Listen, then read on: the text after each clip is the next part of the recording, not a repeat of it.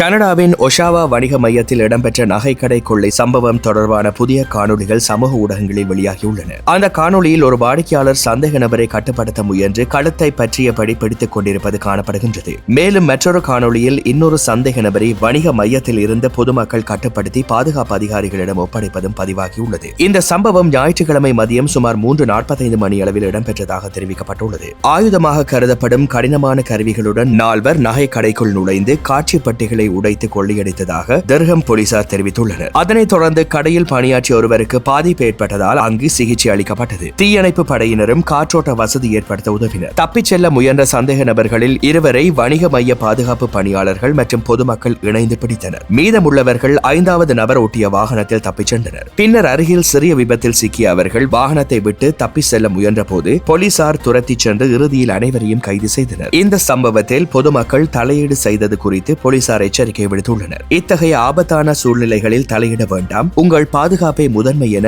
அதிகாரிகள் தெரிவித்துள்ளமை குறிப்பிடத்தக்கது. இந்த செய்தி உள்ளிட்ட மேலும் விரிவான செய்திகளுக்கு www.behindmenews.org என்ற இணையதளத்திற்கு சென்று பார்வையிடுங்கள்.